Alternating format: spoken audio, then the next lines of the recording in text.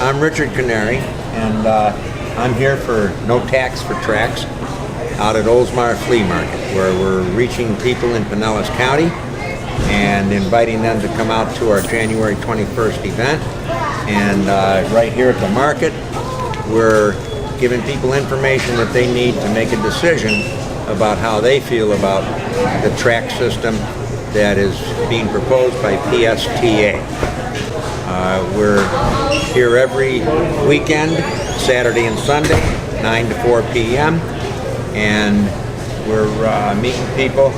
And if you want to visit our website, it's www.notaxfortracks.com. And there's plenty of information there. There's links to all sorts of information. Thank you.